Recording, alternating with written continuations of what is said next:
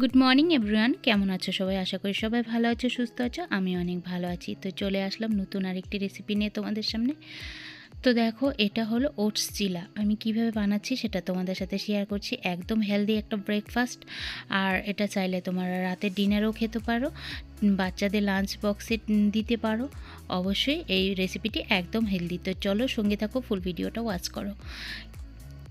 তো বন্ধুরা দেখো, ওটস চিলা বানাতে আমার কি লাগছে সেটা আমি তোমাদের সাথে একটু শেয়ার করে নিই। চলো, সবার প্রথমে আছে টমেটো কুচি, পেঁয়াজ কুচি, আদা কুচি, আর নিয়েছি গোটা কয়েকটা রসুন, কাঁচা লঙ্কা, আদা আর ধনেপাতা কুচিয়ে নিয়েছি আমি। তো দেখো, এখানে 2 কাপ মতন ওটস নিয়ে নিব, আর এর সাথে আমি একটা ডিম অ্যাড করব।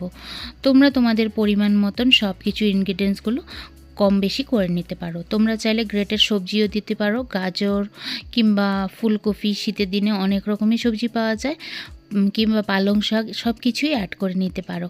তো চলো, আমার কাছে যা যা ছিল সেটা দিয়ে আমি আজকে ওটস চিলাটা বানাচ্ছি। তো দেখো, এখানে একটা ডিম ফেটিয়ে দিলাম।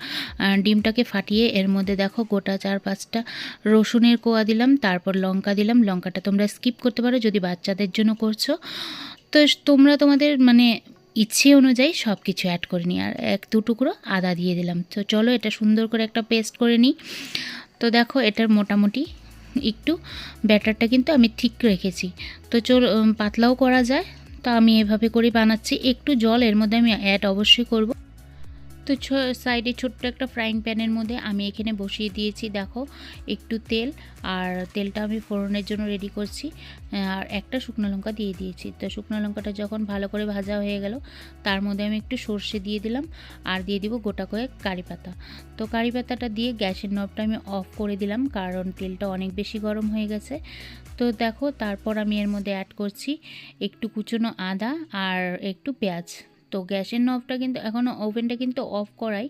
তো এর মধ্যে একই সাথে আমি একটু দিয়ে দিলাম, জাস্ট খালি একটু হালকা ছোকের মতন। তো দেখো, এদিকে আমি এখন এটাকে ব্যাটারের মধ্যে ঢেলে দিলাম। তারপর এটাকে ভালো করে মিশিয়ে নিব। এর সাথে আমি অ্যাড করে দিব কুচনো টমেটো আর কুচনো ধনেপাতাটা। তো যাও, ভালো করে এটা মিশিয়ে নিয়ে তারপর আমি এখন এটাকে ভাজতে বসাবো। তো একটা প্রথমে বসিয়ে দিয়েছি তাওয়া, তাকে আমি একটুখানি তেল দিয়ে তাওয়াটাকে মুছে নিব। তারপর খুব বেশি একটা তেলের কিন্তু এখানে প্রয়োজন নেই।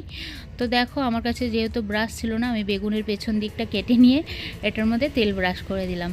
তো চলো, এখন এর মধ্যে আমি ব্যাটারটা অল্প অল্প করে দিয়ে সুন্দর করে এপিট ওপিট করে ভেজে নিব।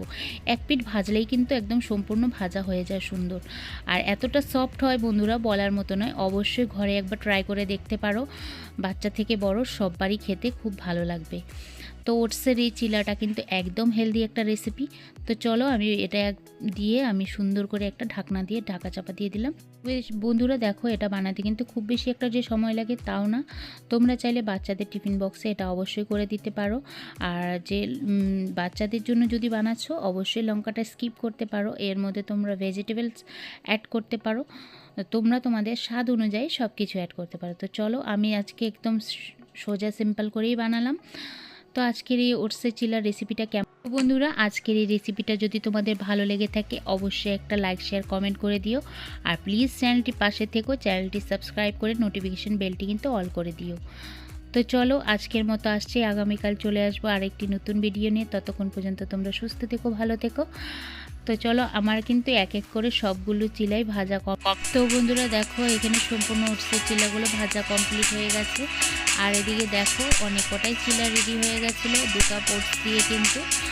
তো এদিকে দেখো, অনেকটাই নরম তুলতুলে হয়েছে।